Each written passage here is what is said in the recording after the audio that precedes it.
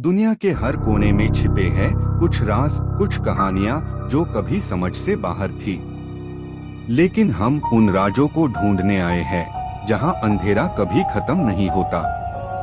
स्वागत है dynamic dark में।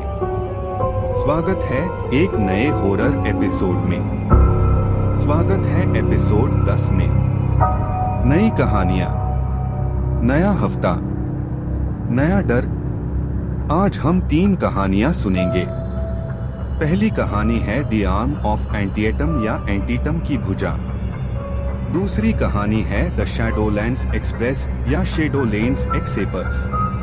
तीसरी कहानी है शी स्टिल बर्न्स, वह अभी भी जलाती है। आज की पहली कहानी है द आर्म ऑफ एंटीएटम। पेट अंदर से ऐसे गरज रहा था जैसे कोई अंधेरा तूफान मेरे अंदर पैदा हो रहा हो।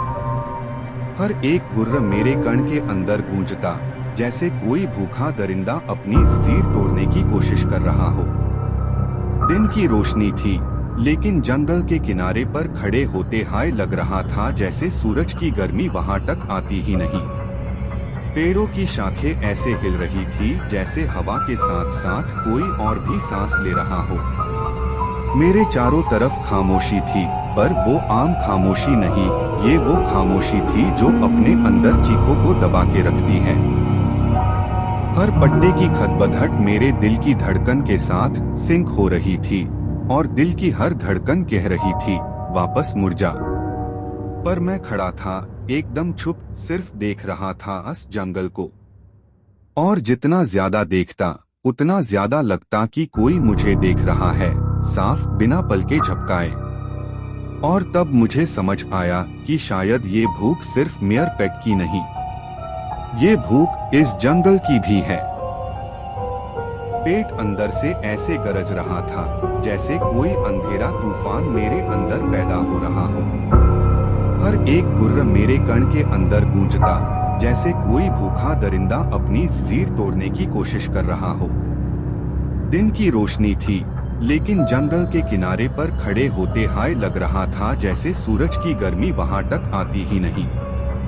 पेड़ों की शाखें ऐसे हिल रही थी जैसे हवा के साथ साथ कोई और भी सांस ले रहा हो, कोई जो इंसान नहीं था। ये जमीन पहले कभी खाली नहीं थी। मेरे दादा के दास्तान के मुताबिक यहाँ एक पुराना सेना कैंप था, जहाँ से एक रात पूरा दल गायब हो गया था। ना खून मिला, ना लाश, सिर्फ उनके जूतों के निशान जो एकदम जंगल के अंदर घुस गए थे और वापस कभी नहीं आए। आज भी हवा में उन्हीं की गन पाउडर की बू है, लोहे का जंग और खून का नमकीन स्वाद। हर पट्टे की खदबदहट मेरे दिल की धड़कन के साथ सिंक हो रही थी, और हर धड़कन कह रही थी, वापस मुड़ जा। पर मैं खड़ा था, एकदम चुप, सिर्फ देख रहा था इस जंगल को। और जितना ज्यादा देखता, उतना ज्यादा लगता कि कोई मुझे देख रहा है, साफ, बिना पल के झपकाए। और तब मुझे समझ आया कि शायद ये भूख सिर्फ मेयर पेट की नहीं, ये भूख उन आत्माओं की भी है जो यहाँ अपनी आखिरी लड़ाई लड़ी थी। पापा के कहानियों में वो जंगली जंगलात सिर्फ पेड़ पौधे नहीं थे, वो कोई जन्नत नहीं थी, बल्कि एक जख्मी जगह थी जहां से वापस लौटना मुमकिन नहीं था। उनकी आवाज अब भी मेरे सर में गूंज रही है, जैसे कोई पुरानी चीख जो कभी खत्म नहीं होती। पापा कहते थे कि रात के अंधेरों में वो जंगल जिंदा हो जाता है, उसकी सांसों में दर्द होता है, और उसके अंधेरों में वो राज छुपाए होते हैं जो सिर्फ खौफनाक कहानियों में नहीं, लेकिन हकीकत में भी होते हैं। मैं अक्सर महसूस करता था, कोई छुपा हुआ साया मुझे देख रहा है, मेरा दर्द समझ रहा है, लेकिन कभी माफ नहीं करेगा। वो साया मेरे पीछे पीछे चलता है, मेरी हर हरकत को देखकर मुस्कुराता है, और मुझे ये बताता है कि मैं यहाँ अकेला नहीं हूँ। जंगल की गहराइयों में कुछ ऐसे राज है जो कभी बाहर नहीं आते, और मैं शायद उन राजों के बीच फंस गया हूँ। उन्होंने बताया था कि जंगलात ने उनकी रूह का एक टुकड़ा तोड़कर चुरा लिया था, एक ऐसा टुकड़ा जो कभी वापस नहीं मिला। टैब मेन समझता नहीं था, वो बातें सिर्फ कहानियां लगती थी। पर आज जब मैं उस जंगल के किनारे खड़ा हूं, जब हवा में वो पुरानी चीखें सुनाई देती है, तो मुझे लगता है शायद मैं भी उसी कहानी का हिस्सा बन गया हूं। जंगल के गहराइयों में कुछ ऐसे राज छुपे हैं जो इंसान की समझ से बाहर है। वो राज जो रूह के टुकड़ों को तोड़कर ले जाते हैं और उन्हें कभी वापस नहीं करते। मैंने महसूस किया है एक खामोश दर्द जो मेरे अंदर घुस चुका है, जैसे कोई मुझे धीरे धीरे अपनी गिरफ्त में ले रहा हो। और जितना ज्यादा मैं आगे बढ़ता हूँ, उतना ज्यादा लगता है जैसे वो टुकड़ा किसी और के पास है जो मुझे अभी भी देख रहा है। मुझे समझ नहीं आता, क्या मैं भाग पाऊंगा या जंगल मुझे अपने अंदर ही गिरा देगा, जहां से वापस लौटना मुमकिन नहीं। रात की तरह गहरी खामोशी में मुझे महसूस हुआ कोई मुझे देख रहा है। ना सिर्फ मेरा बदन, बल्कि मेरी रूह तक को छूने की कोशिश कर रहा है। मेरी सांसें तेज हो गई, दिल जोर से धड़कने लगा और पसीने के बूंदे मेरे चेहरे पर तापक रही थी। वो पल जैसे वक्त रुक गया हो और मैं एक अजीब सी लड़ाई में फंसा था। सिर्फ अपनी जिंदगी के लिए नहीं, अपनी रूह के लिए भी। मुझे लगा कि ये जंगल सिर्फ पेड़ पौधों का नहीं, कोई जिंदा साया है जो मेरी हर हरकत पर नजर रखता है और मेरी रूह को अपना शिकार बनाने की कोशिश में है। मैं खड़ा था बेखबर, पर तैयार अपनी आखिरी लड़ाई के लिए। आज की दूसरी कहानी है द शैडोलैंड्स एक्सप्रेस। मैं नहीं कह सकता क्यों मुझे हाई शैडोलैंड्स एक्सप्रेस पार चढ़ा दिया गया, क्यों मैं और कोई नहीं। शायद आखिर में हम सबको अपने गुनाहों का हिसाब देना पड़ता है। शायद हर किसी को अपने अंधेरों से सामना करना ही होता है। मुझे पता नहीं ये यात्रा मेरी मर्जी से थी या कोई तकदीर का खेल, लेकिन जो भी था, जब मैं उस छाया जैसे रेलगाड़ी में चढ़ा तो मुझे पहली बार सच में डर महसूस हुआ। एक डर जो सिर्फ मौत का नहीं, बल्कि अपनी रूह के खो जाने का था। हर एक वैगन में, हर एक सीट पर कुछ ना कुछ छुपा हुआ था जो अपनी कहानी सुनने को बेचैन था। मुझे ऐसा लगा कि मैं सिर्फ एक मुसाफिर नहीं, बल्कि एक कैदी हूँ जो अपनी आत्मा की सजा भुगत रहा है। और ये सफर अभी सिर्फ शुरू हुआ था। ये सफर मेरा चुनाव नहीं था। अगर मुझे पता होता कि इस भूत ट्रेन के अंदर कौन से खौफ छुपे हैं, तो मैं कभी इसके पास भी ना जाता। हर एक सीट पर, हर एक दीवार के पीछे कुछ ना कुछ छुपा था जो बस इंतजार कर रहा था अपनी कहानी सुनने का। हर वैगन में हवा इतनी साड़ थी जैसे मौत की सांसों से भरी हो। मैं सिर्फ एक मुसाफिर नहीं था, मैं एक कैद था जो अपनी रूह की आजादी के लिए लड़ रहा था। लेकिन रास्ते अंधेरे और भयानक थे। कहीं पीछे से कुछ चुपके से मुझे बुला रहा था और मैं हर कदम पर डर के साए के साथ चलता था। मुझे पता नहीं क्या मैं इस सफर से जीतकर बाहर निकल पाऊंगा या यही सफर मेरी कहानी का आखिरी हिस्सा बन जाएगा। मैं अब तक जो कुछ देख चुका हूँ, जो लोग इस सफर में खो चुके हैं, उन सब के बाद भी अजीब बात यह है कि मैं खुद को पहले से बेहतर महसूस करता हूँ, जैसे मौत के साए में चलकर भी किसी ने मुझे जिंदा रहने की वजह दी हो। हर एक अंधेरा, हर एक छाया मुझे एक नई रोशनी दे रहा है। मैं याद करता हूँ उन चेहरों को जो इस सफर में खो गए और जो अब सिर्फ यादों में हैं। उनकी कहानियां, उनकी खामोशी मुझे हिम्मत देती है कि मैं रुकूं नहीं। ये सफर सिर्फ एक सजा नहीं, बल्कि एक आजमाइश भी है, जहां मैं अपने दार को सामना कर रहा हूं और अपनी रूह को मजबूत बना रहा हूं। हर कदम पर जब अंधेरा गहरा होता है, तो मुझे अपने अंदर की रोशनी याद आती है। वो छोटी सी रोशनी जो मुझे आगे बढ़ने की ताकत देती है। मैं अब सिर्फ एक मुसाफिर नहीं हूं, मैं एक जंग का हिस्सा हूं जो जिंदा रहने की कोशिश में है। और ये कोशिश शायद मेरी सबसे बड़ी जीत हो। लेकिन मैं ज्यादा कुछ अपने बारे में नहीं बता सकता। मैं ये कहानी अपनी जिंदगी का इतिहास सुनने के लिए नहीं सुना रहा। मेरे नाम का, मेरे शहर का या मेरी पुरानी कहानियों का इस सफर से कोई लेना देना नहीं।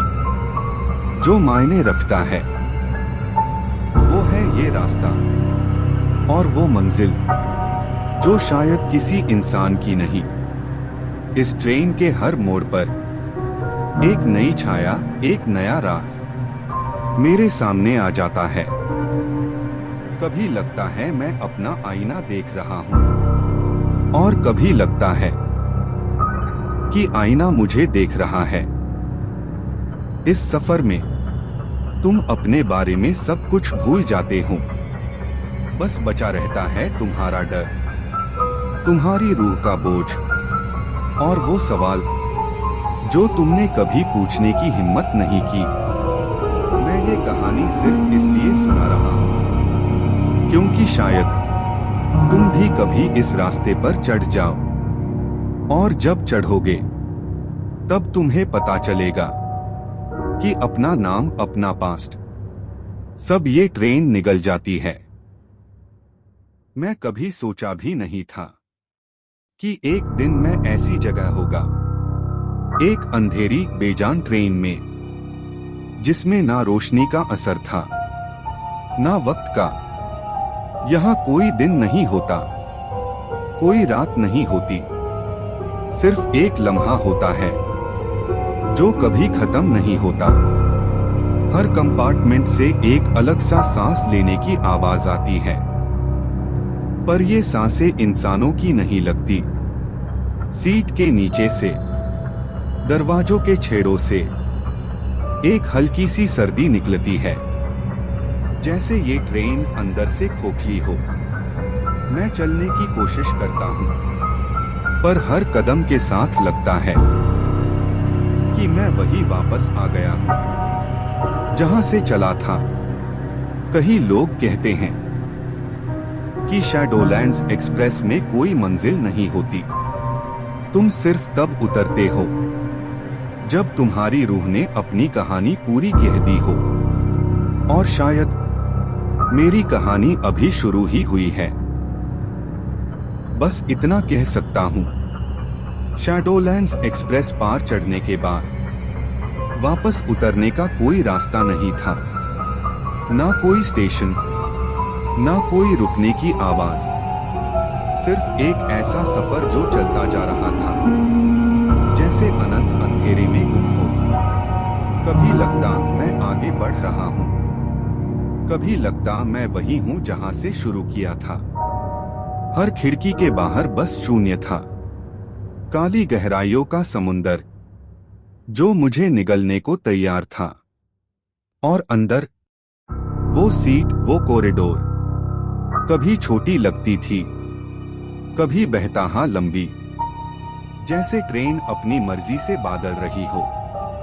कहीं दूर एक पुरानी घंटी की हल्की सी आवाज सुनाई दी, जैसे कोई इस सफर का अंत बता रहा हो। पर मैं जानता था यहाँ कोई अंत नहीं होता, क्योंकि शैडोलैंड्स एक्सप्रेस तुम्हें ले जाती है वहां जहां तुम कभी जाना नहीं चाहते। और एक बार तुमने उस दरवाजे के पार कदम रख लिया तो तुम सिर्फ मुसाफिर नहीं रहते, तुम उस कहानी का हिस्सा बन जाते हो जो कभी खत्म नहीं होती। आज की तीसरी कहानी है शी स्टिल बर्न्स है। जब जाकोब हाउसली की मौत की खबर मिली तो लगा जैसे किसी ने मेरे कण के पास धीरे से एक पुरानी फूंक छोड़ दी हो। ठंडी, बेजान। वो ठंड सिर्फ मेरी छाती तक नहीं रुकी, उसने मेरे अंदर तक रास्ता बनाया और मेरे दिल को अपनी उंगलियों से पकड़ लिया। पुराने शहर में हर कोई एक दूसरे को जानता था। यहाँ के रास्ते, पुराने मकान और हवा का हर झोंका, सब में कुछ पहचाना सा होता था। और हाउसली परिवार मेरे लिए सिर्फ एक परिवार नहीं था, जाकोब तो मेरे लिए लगभग छाया पिता था, मेरी बचपन की यादों का एक हिस्सा, जिसमें हंसना, शरारत और उनकी गहरी आवाज का एक सुर मिला होता था। पर समय समय हमेशा अपना काम करता है। मैं शहर छोड़ के चला गया और उनकी तस्वीर मेरी यादों में धीरे धीरे पुरानी, धुंधली होती गई। और अब सालों बाद ये खबर मुझे वापस खींच लाई है, जैसे कोई पुराना कर्ज जो मैं चुकाना भूल गया था, लेकिन मौत को याद था। जाकोब मेरे पिता का सबसे पुराना दोस्त था और मेरे लिए वो सिर्फ एक दोस्त नहीं, एक चाचा जैसा था, एक शख्स जिसे मैं अपने बचपन से जानता था। उनकी मुस्कान, उनकी बातें, उनकी आवाज, सब मेरे जहां में अभी भी गूंजती है। लेकिन वक्त ने हमें दूर कर दिया। मैं शहर चला गया और वो अपने पुराने घर में अपनी तन्हाई में रह गया। मुलाकात कभी नहीं हुई और कभी कभी लगता था कि उनकी यादें भी धीमी होती जा रही है, जैसे वक्त ने उन्हें धीरे धीरे मिटा दिया हो। फिर एक दिन मेरे बचपन के दोस्त टोनी का फोन आया। उसकी आवाज में एक अजीब सी खामोशी थी, जो सिर्फ दर्द और डर का संगम थी। उसने बस कहा, जाकोब मर गया। वो लम्हा जैसे मेरी सांसों में ठंडक घुस गई। दिल के कोने में कुछ टूट गया और दिमाग में सवाल उठने लगे। क्या सच में ये मौत थी या कोई ऐसी ताकत थी जो इंसानों की समझ से बाहर थी? जाकोब की मौत सिर्फ एक मामूली घटना नहीं थी, कुछ छुपा हुआ था, कुछ ऐसा जो अभी सामने आने वाला था। कहते हैं कुछ लोग अपनी मौत के बाद भी हम पर निगाह रखते हैं और अगर उनकी रूह को सुकून ना मिले तो वो बदला लेने के लिए लौट आते हैं। अब मैं सोचता हूँ, क्या जाकोब की मौत के पीछे भी कोई ऐसी रूहानी ताकत थी जो हम सबको इस कहानी के अंधेरों में खींच रही है? हाई स्कूल के बाद मैं शहर चला गया था, नए सपने लेकर, नए काम ढूंढने और अपने पिता की छाया से दूर एक नई जिंदगी बनाने के लिए। मुझे लगा था कि मैं पुरानी दुनिया से भाग गया हूँ, वो छाया, वो यादें, वो रास्ते जो कभी छोड़ दिए थे। पर शहर की भी अपनी खामोशी होती है, अपनी तन्हाई, अपने अंधेरे, और कभी कभी रात के सबसे गहरे कोने में मैं अन पुरानी यादों का सामना करता था। जो कभी पूरी तरह मिट नहीं सकती थी। जाकोब की मौत की खबर आते ही जैसे वो पुराना दर्द जिंदा हो गया हो। मैं समझने लगा कि जिंदगी जितनी दूर भी जाऊं, कुछ बातें तुमसे कभी दूर नहीं होती। और मैं खुद से पूछने लगा, क्या मैं सच में अपने अतीत से भाग सका हूं या वो मुझे ढूंढने आया है। लेकिन कुछ रिश्तों का रिश्ता सिर्फ खून से नहीं होता। कुछ रिश्तों की जादे उससे भी गहरी होती है, जहां लफ्ज, समय और हट्टा की मौत भी नहीं पहुंच सकती। जाकोब की मौत ने वो गहरा रिश्ता जगाया जो कभी सोचा भी नहीं था। एक रिश्ता जो चुपके से मेरे अंदर से कभी मिटा नहीं। कभी कभी लगता है ये रिश्ता सिर्फ जिंदा रहने के लिए नहीं, बल्कि किसी बड़े मकसद के लिए है। एक ऐसे बदले के लिए जो मौत के बाद भी जारी रहे। ये कहानी सिर्फ एक मौत की नहीं है, ये उस रिश्ते की कहानी है जो कभी तोड़ना मुमकिन नहीं। और मैं अब जानता हूं कि मैं इस रिश्ते के बंधन में हूं और इसका अंजाम अभी तक मेरी समझ से बेर है। टोनी ने मुझे कहा था, तुझे वापस आना होगा। जाकोब की मौत सिंपल नहीं थी। उसके लफ्जों में वो डर था जो सिर्फ वही समझ सकता है जो सच्चाई के सबसे अंधेरे पे खड़ा हो। मैंने सोचा था कि ये सिर्फ एक अजीब सी बात है, लेकिन टोनी की आवाज में एक गहरा सच था जो मैं इग्नोर नहीं कर सकता था। वो बताता रहा कि जाकोब की मौत के पीछे कुछ ऐसी ताकत है जो हमारे समझ से बाहर है। कहते हैं कुछ मौतें ऐसी होती है जो खुद अपनी कहानी लिखती है और अपने आप को समझने के लिए कुछ लोगों को वापस बुलाती है। टोनी ने मुझे समझाया कि अगर मैं सच जाना चाहता हूं तो मुझे अपनी पुरानी जिंदगी में वापस जाना होगा और उस राज के साथ सामना करना होगा जो कभी छुप नहीं रहा। मुझे पता था वापस जाना मतलब सिर्फ पुराने शहर का सामना नहीं है। ये मतलब था उन गहरे राजों का सामना करना जो कब्र के गहरे अंधेरों में छुप गए हैं और जिन्हें जाकोब अपने साथ ले गया था। या शायद वो राज अब भी वहां था और शायद मुझे वापस बुला रहा था, एक ऐसी आवाज के साथ जो सिर्फ मैं सुन सकता हूं। मैं सोचता रहा कि मैं अपनी जिंदगी में आगे बढ़ गया हूं, कि मैं पुराने दर्द और यादों से दूर हो गया हूं, मगर वो अंधेरे लम्हे, वो चुपके से घुस जाने वाली बातें कभी दूर नहीं होती, कभी छुप नहीं सकती। अब जब मैं वापस उसी जगह जा रहा हूं, दिल में डर भी है और एक अजीब सी तैयारी भी, क्योंकि ये सफर सिर्फ एक सफर नहीं है, ये एक जंग है जहां जिंदा रहना सिर्फ किस्मत या तकदीर का खेल नहीं, बल्कि अपनी रूह की असली ताकत का इम्तिहान है।